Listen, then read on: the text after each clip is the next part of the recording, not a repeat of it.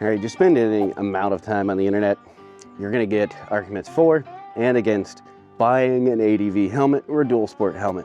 Now, while you actually don't need that helmet, today we're gonna talk about some of the reasons you might wanna consider it. I had a whole bit here that I was gonna do, but our internet writing buddy, Dork in the Road, done the same gag, so I gotta kind of rewrite the whole thing.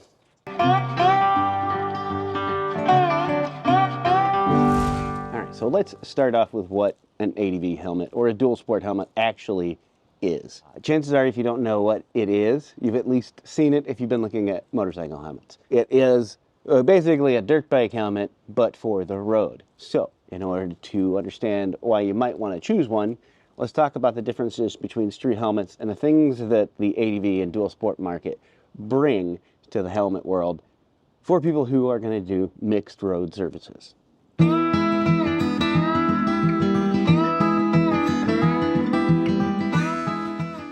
So, standard helmets, we're all familiar with, so we're kind of going to skip right over this and talk about where dual sport gets its name from. And in order to talk about that, we got to talk about the grandpappy of the dual sport helmet, the motocross helmet. Aside from the obvious physical differences, as just far as the way it looks in its profile, there's some key standout features that make this helmet great for off-road use and not so great on-road. All right, so one of the features that you're not going to be able to see in a video is lightweight. These things are much lighter and more mobile. Now for the stuff you can see, if you'll notice, let me take this off. It's got a much wider eye port, which means your field of view up and down, giving more visibility. And you can see here, it's very deep. The other thing you'll notice is that chin bar right here, it's lower, further out. That gives you more visibility downwards. The other thing, these things are meant to be ridden at like slower speeds than you typically would see on a street, so flowing air is important, especially if you're working real hard off-road. So loads of vents everywhere and out back. Dual sports and ADV helmets borrow a lot from that dirt world. You can see big open vents, never mind the chin mount there. Big open vents, lots of vents up here, big wide open viewport, lower chin, and of course, the sun peak. So that's what they take from the dirt world. What they take from the street world is usually more padding, quieter insides, and most notably, a drop-down face shield of some descript. Now,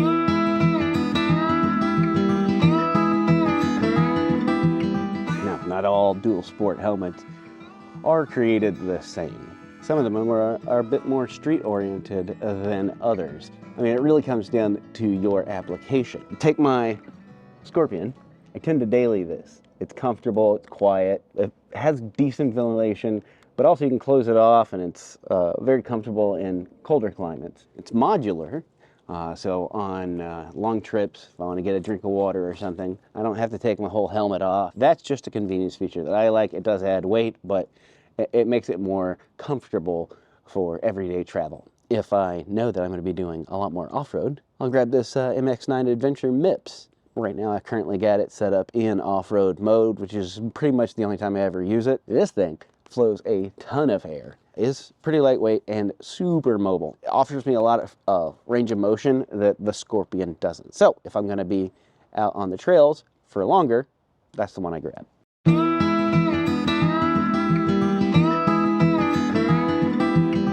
Slow speeds are the name of the game. Most street helmets are meant to flow air at speed so they can pull all that hot air out of your helmet. Most of the speeds you'll be doing on mixed surface riding, they can vary between highway speed and a slow crawl at like 10, 15 miles an hour. So you want big open vents, lots of venting in the brow, things like that, extractors, all that jazz.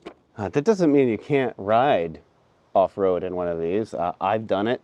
I know plenty of people have. The thing is, it's very compact and tight in there, and this is just personal preference. I don't like that feeling. Having my breath being pushed up against this chin bar, right back in my face, I know I'm able to breathe. I just feel like I'm going to suffocate, so I don't like it. Now, I tend to also sweat more than your average bear, so having a helmet that has a lot of ventilation, like this MX-9 Adventure, is really helpful for me because it just gets so hot. And again, this is probably psychological. You're going to be fine. You can wear that. Plenty of people do. Not that specifically, but you know what I mean. Now, more than that, and this is going to be really hard to show you, almost impossible to show you, is how that venting is treated. A lot of these guys, these vents are filtered. That keeps most of the large particulate out. It's not going to keep all the dust and stuff out because, you know, it's dust. But big stuff, it's not going to get sucked up in there. And if you've got something like a chin skirt or something like that, you can really kind of close it off. Put a neck tube on. Keep most of that crap out of your lungs.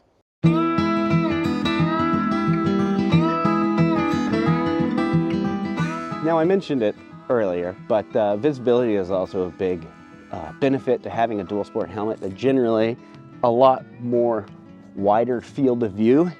You can see my Scorpion here has these cutouts, so it allows me to see down further. And with the chin bar a little extended and down, it kind of gives you more vertical field of view. But it's a bit wider as well, so you can have more peripheral. Now, I like this because, as I've come to find out, you know, riding off-road, at least in my experience, requires a lot more attention and situational awareness than riding on the street does. And riding on the street requires a lot of situational awareness. When you're on mixed surface, things can come up at you pretty quickly, and the terrain can change at any given moment. It is quite exhausting to ride off-road just by the sheer fact that you're paying more attention. So having that field of view means that you're able to scan a larger area and stay safe. Now, the added bonus to that wider viewport is that you can throw some goggles on there. I've got the 100% Omega goggles. If I'm going to be off-road, that's the one that I'm grabbing because the ventilation, I mean, it's a giant hole where your face is, so there's so much ventilation. These goggles are great too because they'll create a seal, keeping all the dust and particulate out of your eyes.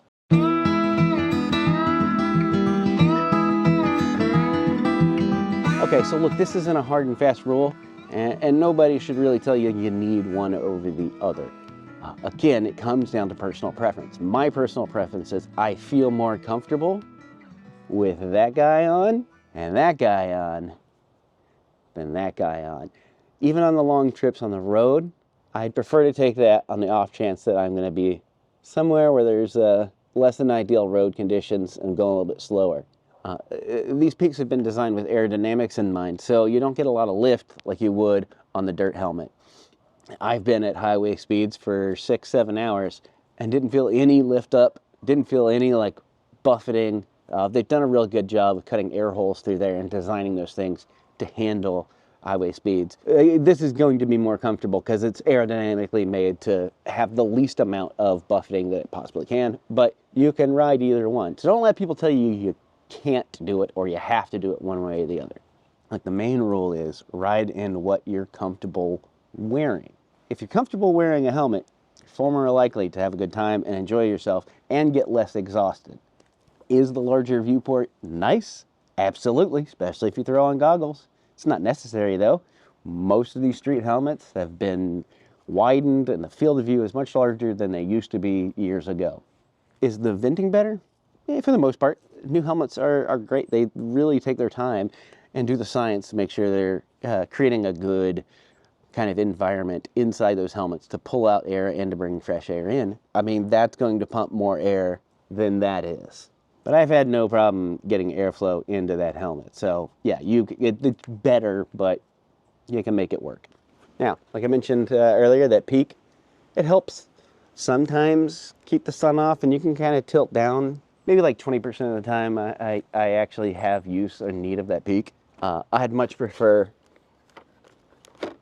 a drop-down sun shield. This is not a need, this is a nice to have. I love riding with drop-down sun shields.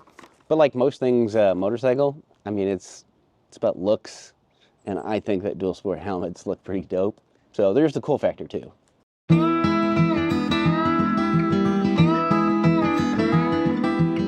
Sun is like chasing me around over here. So what do you look for, right? If you're going to go get a dual sport helmet, there's some things that you should, I don't know, keep in mind when you're doing this shopping, because you can make some mistakes and you'll be stuck with that for a little while because they can get expensive. First thing is weight. The bell is supremely light considering what it is, an entry-level dual sport helmet. Pretty much a lot of people I know, this is the first adventure helmet they get. It comes with a visor, so you can rock it on colder or windier or rainier days. But you'll probably find no end to dual sport riders who have owned this helmet. It's a great one. Super lightweight. Now on the flip side of that, Scorpion, while not the heaviest helmet I own, it definitely, you feel some of the weight. Now, in its current configuration, it balances pretty well, but the moment that I attach a camera, even without the medium mod, just a small camera, the moment that goes on, I've got maybe a couple hours before the weight of it starts playing with me. It's one of the main reasons that I'm looking for a new helmet made of carbon fiber. Lightweight will reduce fatigue, and fatigue will screw your day up. Now, we talked about venting. One of the main things for venting is how easy is it to operate those vents. Boy, this is crunchy. You can tell I ride this off-road. It's just crunchy. Now, this one does not have closable vents at the top that looks like they're always on, which I'm just now realizing. So that's the thing to think about, if you can close the vents or not, right? The Scorpion, well, it has less vents than some of my nicer ones. It's got a big, huge brow vent. I don't know if you can see that. Easily operable with a gloved finger, and this big chunky boy on the front. Having good filtered vents is one thing. Having good filtered vents that you can operate with your gloves on, and to make sure they don't feel crunchy or gross. The Scorpion, least favorite top vent ever. You can see how easy it is. It's just like floppy and gross. The same thing happened with my other Scorpion modular. They've since stopped using this style, so it's not anything to worry about now. All right, again, we're talking about that eye port, that big old eye port. My general rule of thumb is buy your goggles, the ones that you like and that fit you and they're comfortable and stylish, and then find a helmet that fits that. Most of these guys are going to fit most goggles. I just happen to have like the larger kind. Now the last thing, and this is just a pro tip from a guy who rides in all sorts of weather. Find a dual sport with a pin lock. If you haven't ridden in pin lock, it's basically like double pane windows for your motorcycle face shield. It is the best anti-fog treatment that there is, full stop, and I can't ride without it. So, I mean, basically, I'm gonna put a bow on this. You don't go out and spend a whole crap ton of money on a new shiny ADV helmet just because you're gonna go off-road. You don't need it. And if you're just starting, just try riding in your street helmet. You may find out that it's like the helmet that you're used to and it's comfortable and you may not need it. But if you're wanting to try it out, try something like that Bell MX-9 Adventure. When you're searching for a helmet like this, you think about how you're going to use it. Are you going to spend more time on the road? Do you not plan on doing any serious off-road? Or are you planning on going on some like crazy trails? Each one of those answers will give you kind of the ballpark of where to go for. You can go for the more dirt-oriented helmets. They're going to be better off-road. And generally, they're going to be noisier and there's going to be more buffeting. There's going to be some downsides to having it on the streets. But if you're only going to connect those dirt trails with the roads, maybe that's what you go for. Or maybe you just plan on doing a lot of touring and every once in a while throw yourself on a gravel road. This will do the trick just fine. Again, not this specifically. They don't make this anymore, which is sad. So you guys let me know down in the comments, what kind of helmet do you have? What kind of helmet do you suggest to people? Do you ride off-road? Do you use an ADV helmet? What do you guys think? I'd love to know down below. As always, be safe, be kind, and we'll see you next time. Oh, and links for everything are gonna be in the description, obviously. Like and share, comment, all that stuff. Goodbye.